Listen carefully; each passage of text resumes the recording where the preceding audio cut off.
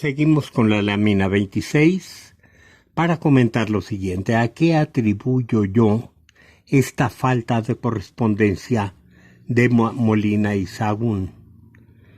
Pues lamentablemente a que el náhuatl es una lengua que puede crear de momento cualquier palabra y que es muy probable que muchas de las palabras que consignan tanto Sahagún como Molina hayan podido ser formadas en el mismo momento en que se respondieron. No quiero llegar a esta conclusión tan pesimista, pero realmente fue una de los malos resultados que juzgué entonces así cuando hice esta investigación, pero ya con todo este listado, con ese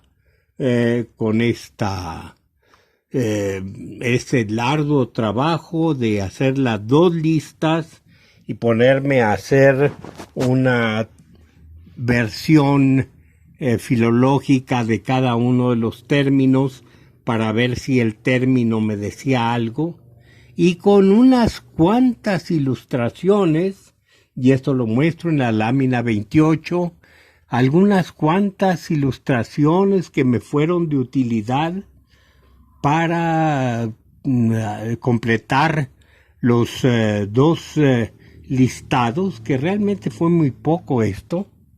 Empecé a hacer mi mapeo, de todos los elementos, y aquí señalo dos ejemplos. En el primero, a la izquierda, hablo de las partes de la oreja. Y estoy señalando con numeritos lo que encuentro en este listado, e incluso hago una referencia a qué significa etimológicamente cada uno de las palabras. Entonces, esqueleto cartilaginoso del pabellón auricular, parte de la cabeza cubierta por el pabellón auricular, prominencias del pabellón auricular, parte ancha del pabellón auricular, trago, meato auditivo externo, lóbulo, etc. Voy dando la palabra que resulta en cualquiera de las dos listas. Por ahí resulta una con una interrogación, no estoy seguro si a eso corresponda precisamente la palabra que estoy tratando de traducir. Luego sigo con Mike. Mike significa mano, pero también significa brazo. Entonces me voy a la explicación de todo lo que es el brazo en sus distintos términos. De la misma manera que lo hice con la oreja, y así hago distintos dibujos en los cuales voy poniendo las partes que corresponden a los dos listados. ¿Qué es lo que encuentro de la investigación? Bueno, lo que habíamos dicho anteriormente sería una de las cosas. Al menos en los textos saguntinos hay confusión entre testículos y riñones como si fueran dos pares de órganos equivalentes. Otra de las características, los órganos de reproducción se caracterizan por su pluralidad de nombre. Por ejemplo, en el caso del pene, el pájaro, el sacerdote, el criado, mientras que la vulva es la madre, la muñeca. El alimento descendía a un recipiente de purificación, intervenía el calor corporal.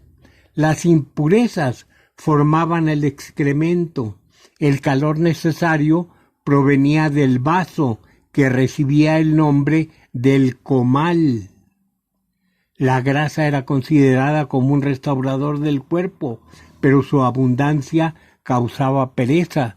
En fin, la poca información que iba saliendo de estas listas de la etimología de las palabras es lo que más o menos empieza a dar ideas sobre el funcionamiento del cuerpo.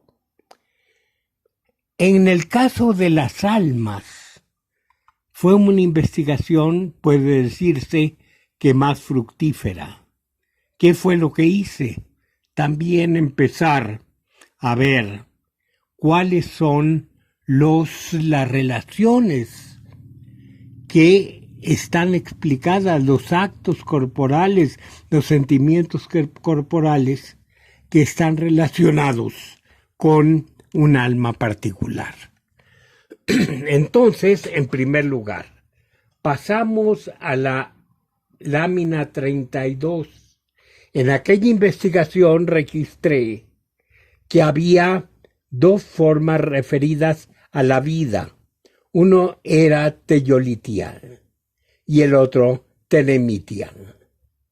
Teyolitia se refiere a la interioridad, la sensibilidad y el pensamiento, identificando la vida como la sensación y la actividad mental.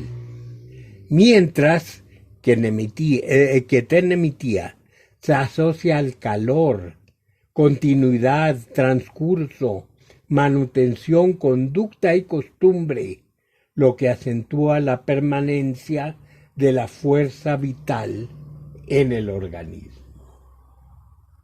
Y luego, tratar de clasificar las distintas almas que forman parte del cuerpo humano, con una pequeña clasificación de lo esencial, señalado con un color amarillo, o sea, un alma de la que el hombre no puede prescindir ni siquiera unos instantes.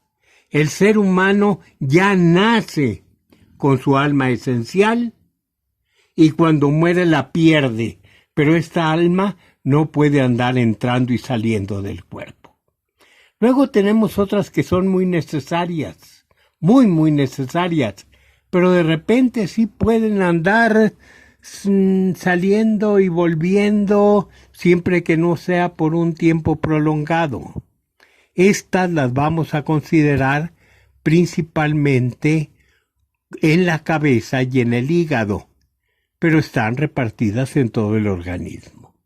Ya hablaremos de incluso la pérdida provisional de alguna de ellas en una enfermedad que denominaremos el susto. Luego tendremos también las almas contingentes, ya hemos hablado de ellas. Entre ellas vamos a señalar el de los hongos alucinógenos o el pulque.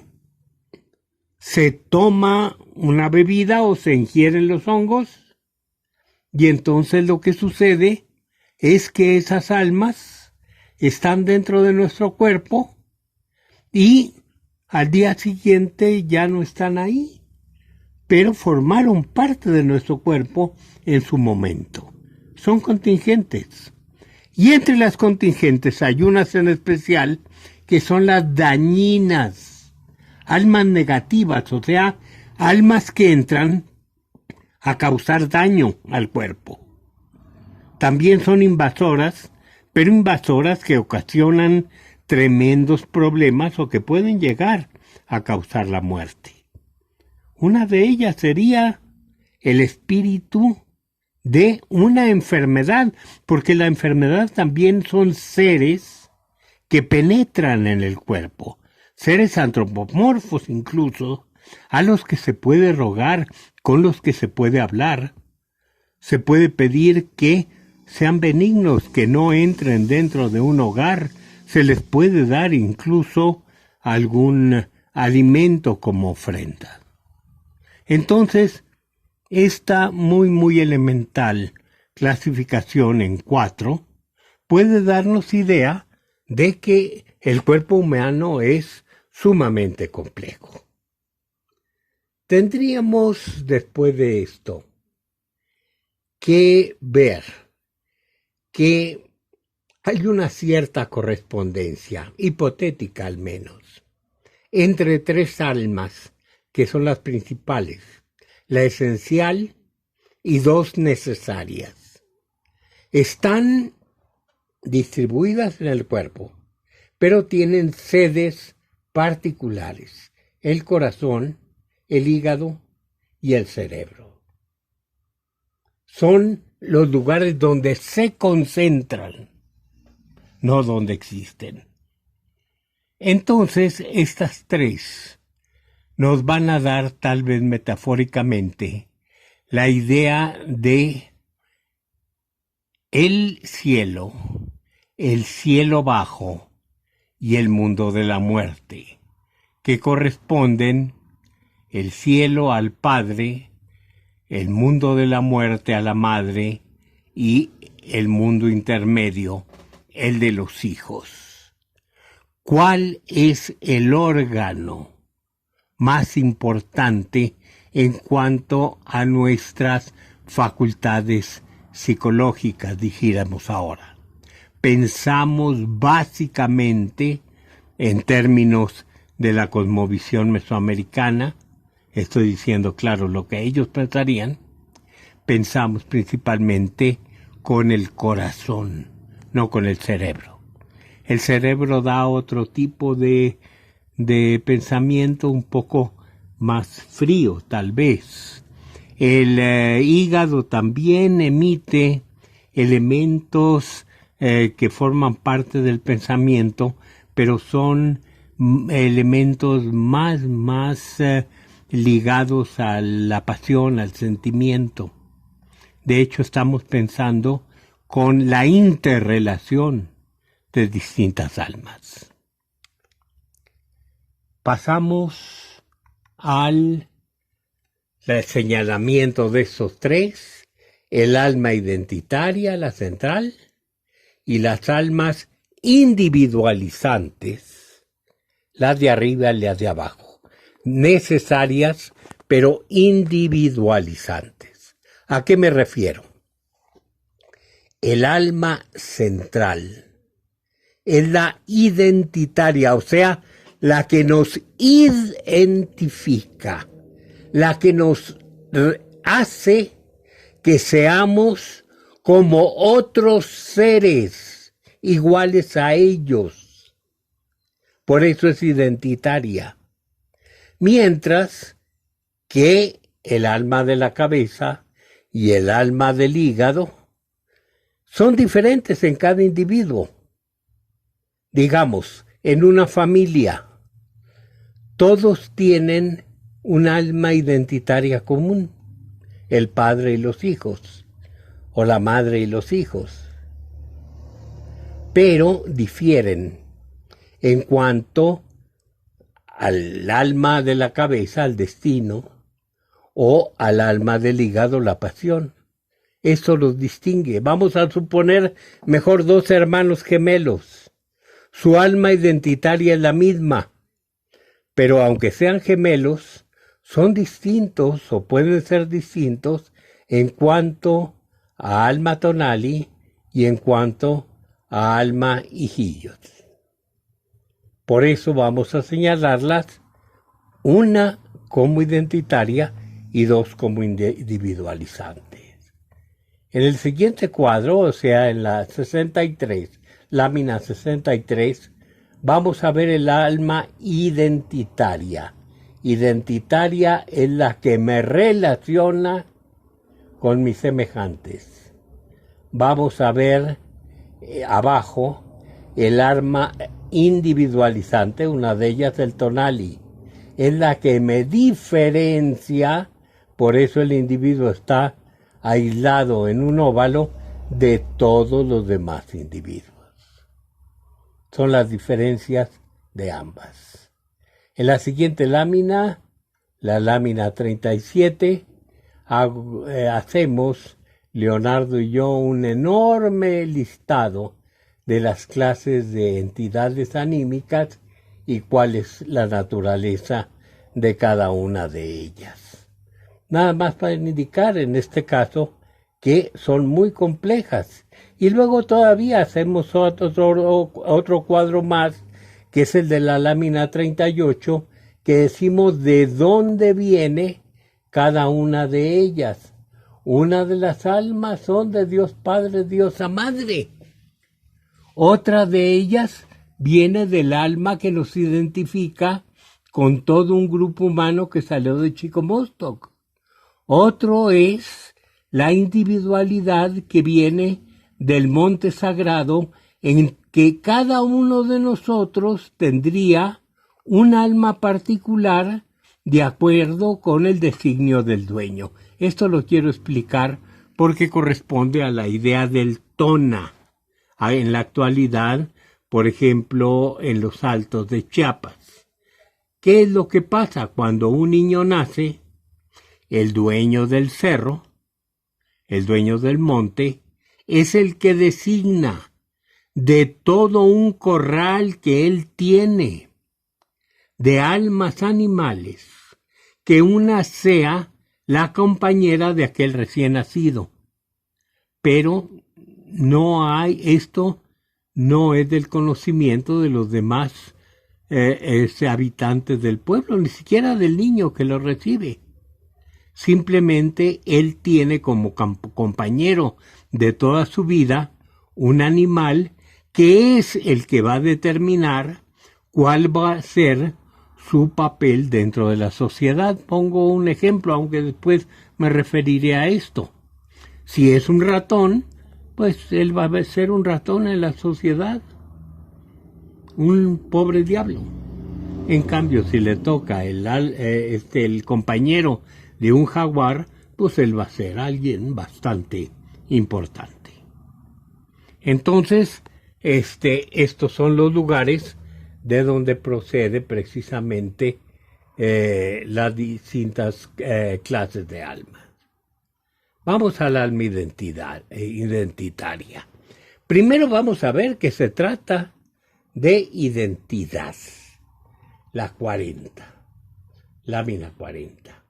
La identidad es la adscripción de un individuo o una colectividad a un grupo dado, a partir de rasgos y valores comunes, ya sean estos naturales o culturales, reales, supuestos o ficticios.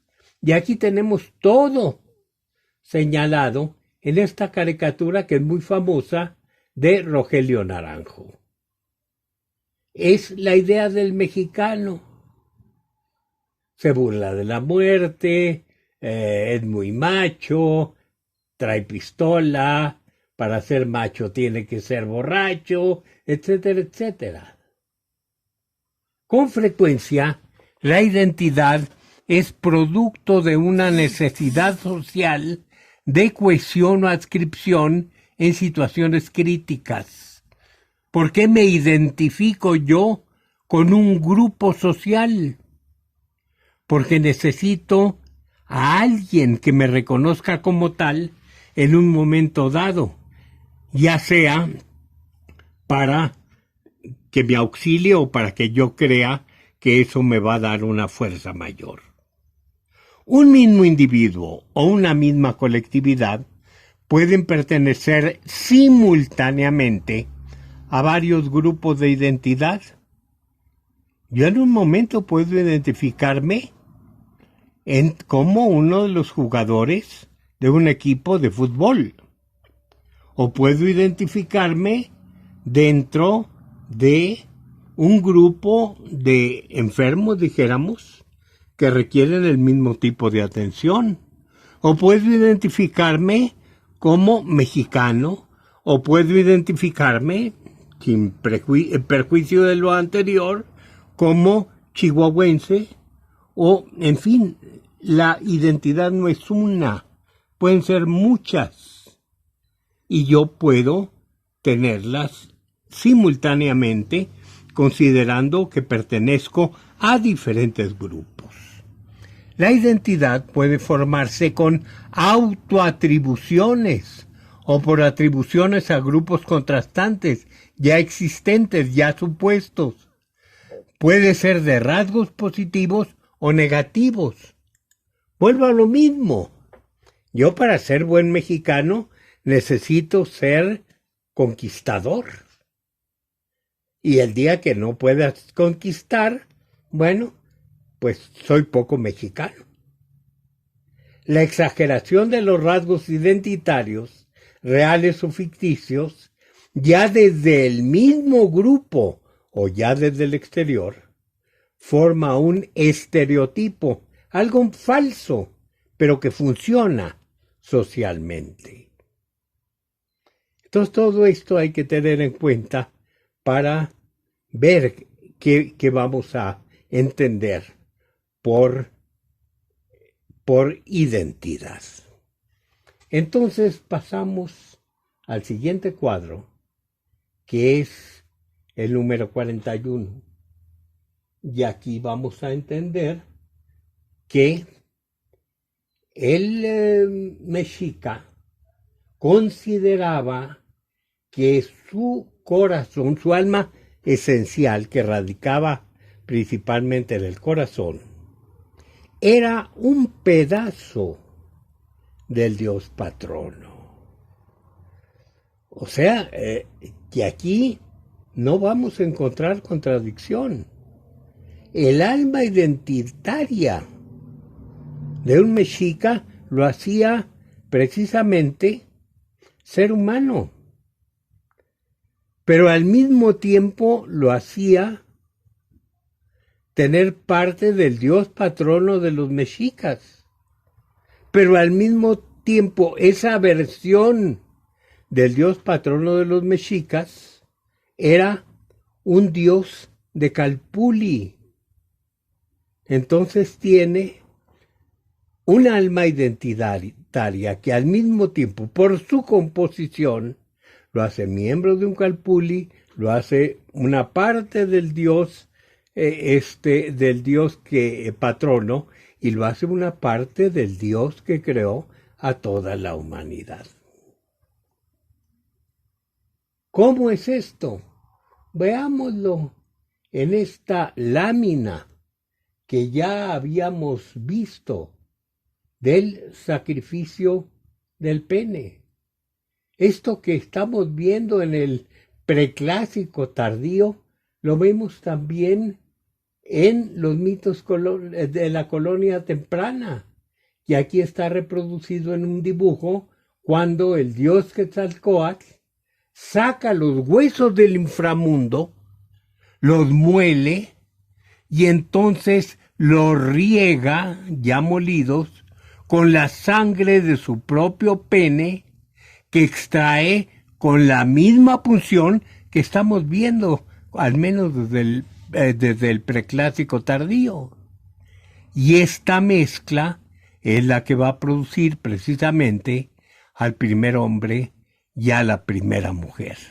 Son parte, ambos, del Dios patrono general, del creador de toda la humanidad. Pero aquí tenemos una contradicción. Si todos somos hijos del mismo patrono, ¿por qué somos tan diferentes unos y otros? El ser humano es único en su especie, pero es profundamente diverso como ser social.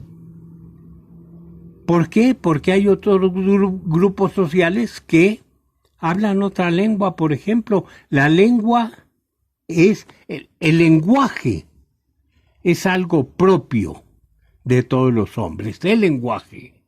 Pero cada grupo humano habla su propia lengua. ¿Cómo me explico yo eso? Cada lengua se puede dividir en dialectos. Entonces, hay una contradicción así. ¿Por qué no todos tenemos la misma caracterización debida a la misma alma esencial? Y es cuando viene la explicación de que efectivamente todos los hombres son creados por el mismo patrono. Pero aparte hay mitos que se refieren a una segunda creación. Y aquí vamos a interrumpir para continuar posteriormente con la lámina 44, donde vamos a explicar por qué el hombre tiene que nacer a partir de otro mito explicativo. Para explicar este problema de la identidad genérica como ser humano y específica como miembro de un grupo humano, vamos a la lámina número 44 y encontraremos el mito o el conjunto grande de mitos que nos hablan precisamente de Chico Mostock. Un mito nos habló de la creación del hombre por Quetzalcóatl, por el dios patrono de toda la humanidad. Pero tenemos que ver que aparte de ese mito, hay otro que nos habla en el sentido de que los hombres no salieron al mundo, sino que se reprodujeron en un lugar que, entre otros nombres, recibe el de Tolan, o sea, Tula. Y en ese lugar de Tula se desarrollan, se reproducen, viven incluso en una situación de heterogeneidad, porque aunque tienen elementos comunes, como son el idioma, como son el culto a un solo Dios, de todos modos tienen algunas peculiaridades, como son la multiplicidad de los oficios. Ese sitio, Tolan, también se caracteriza como Chicomostoc. O sea, Chicomostoc es el lugar en donde se diferencian ya un poco antes de salir 7 grupos humanos. Y entonces van saliendo de ahí en un momento dado estos 7 grupos que se distribuyen en el mundo. No son siempre los 7 grupos humanos. Esto nos indica que son partos que pueden ser considerados múltiples, pero siempre de 7 en 7. Y entonces tendríamos que esto explica que pese a que todos tienen un dios patrono, cuando salen de Chicomostoc, cada uno va adquiriendo un dios patrono que le entrega un bulto. Y en ese bulto hay precisamente elementos de su particularidad, de su culto particular a un solo dios patrono, diferente del general, una sola lengua, unas costumbres, una profesión que cada grupo debe mantener como un don muy preciado de su dios patrono particular, y en esta forma se reproducen por el mundo. Pasamos a la siguiente lámina, la número 45, que nos hace ver cómo uno de los personajes de los que ya habíamos hablado anteriormente, Ixicóatl y Quetzaltehueyac, pone la oreja precisamente para oír dentro del monte que se oye un contenido como de abejorros, de abejas, y que precisamente es una de las metáforas, una gran colmena, el interior del monte sagrado como una gran colmena de la que saldrán los guerreros, en este caso particular, los abejorros armados de sus aguijones, que son 7 grupos de chichimecas que van a auxiliar a los cholultecas. Pasamos a la siguiente página, es simplemente para ver un segmento del mapa de Cuautinchan, donde es precisamente la misma idea. Hay una salida a la luz del sol que está representada en la boca de Chico Mostock, y de ahí van saliendo cada uno de los 7 grupos humanos de ese parto particular.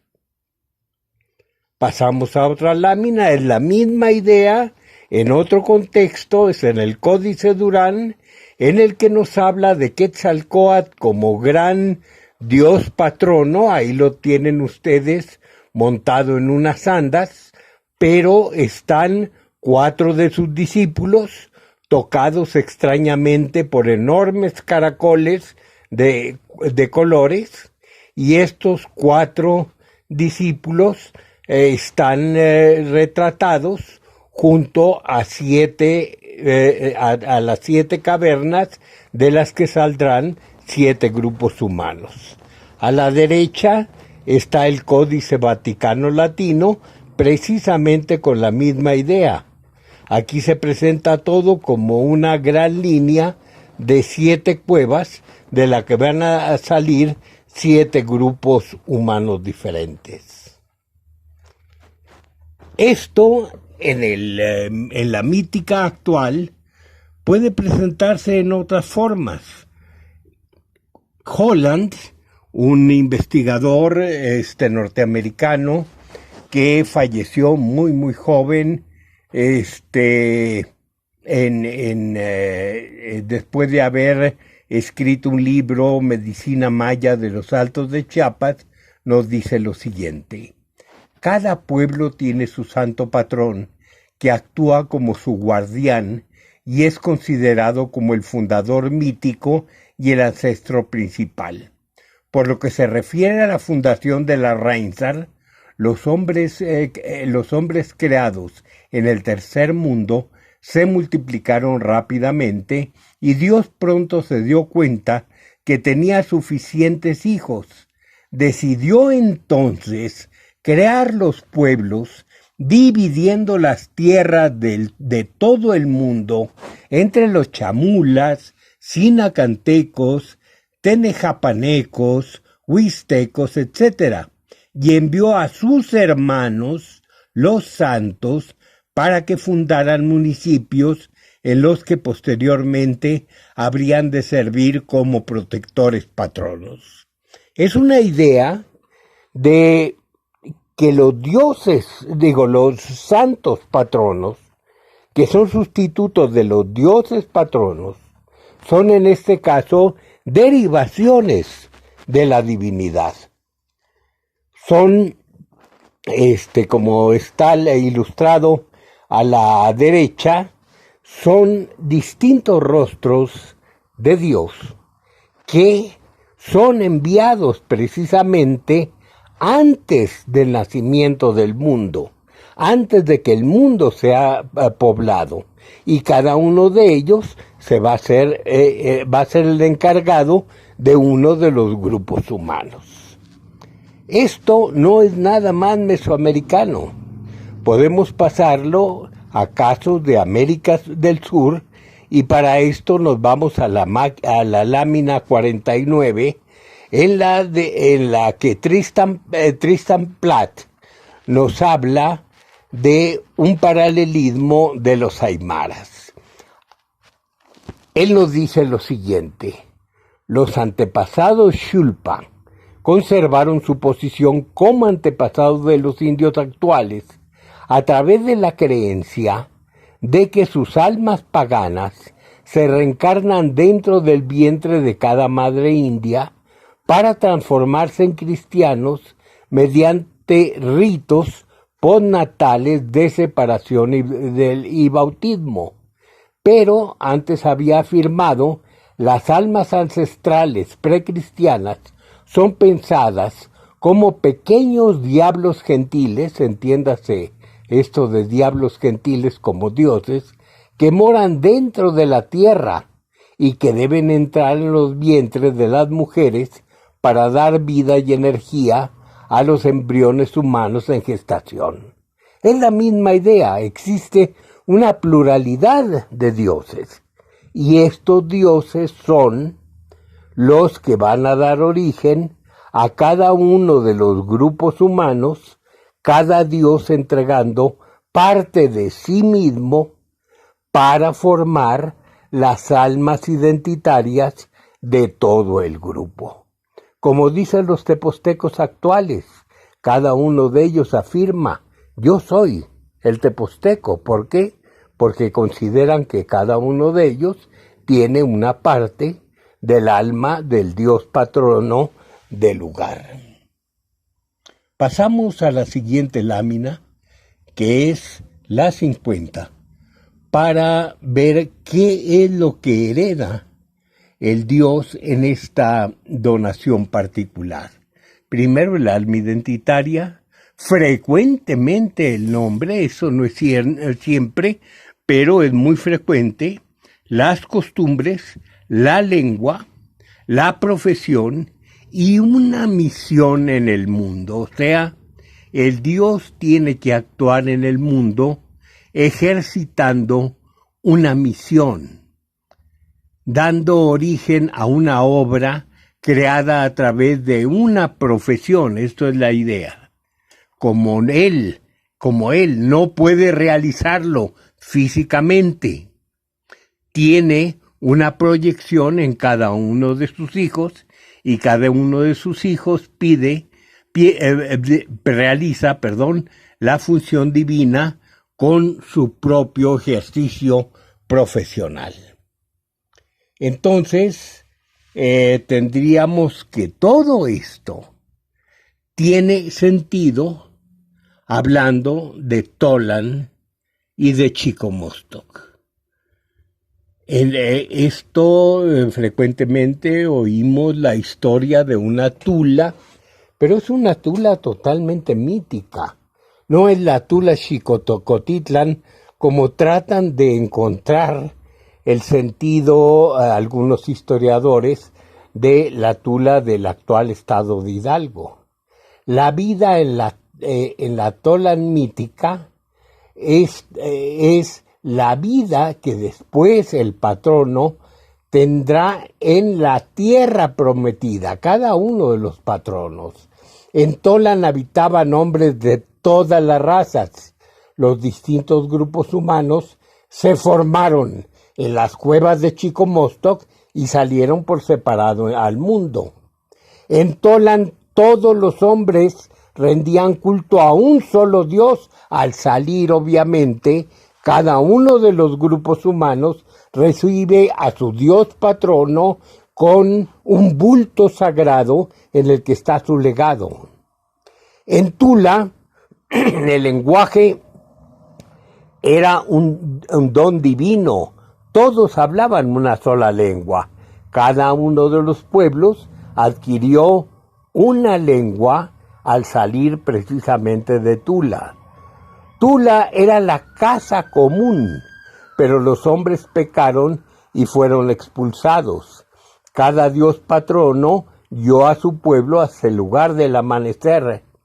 El hombre, al ser creado, adquirió un compromiso de trabajo con los dioses. En Tolan se ejercían todos los oficios. Cada pueblo recibió de su dios patrono un oficio particular con el cual cumple su obligación laboral en el mundo. Aquí tenemos simplemente el modelo con el que vamos a entender cómo es posible que sea el alma identitaria un repositorio al mismo tiempo del alma de toda la humanidad. Cada hombre tiene en sí mismo una parte del gran patrono de la humanidad, pero aquí ya está condicionada también con esta segmentación, con esta reproducción dendrológica de uno de los dioses, que va a ser el patrono particular del grupo. Y así tendríamos que ver que este modelo se repite en las ramas hasta llegar a toda una gran bifurcación, o más que bifurcación, una gran separación de las características identitarias hasta llegar a lo que es a la familia.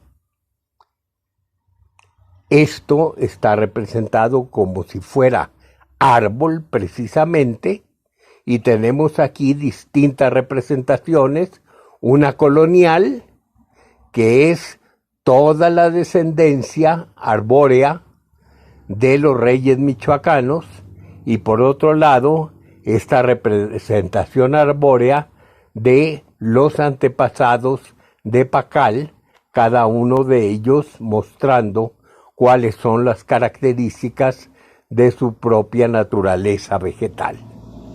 Y aquí en este momento cortamos la exposición para continuar enseguida con la lámina 53.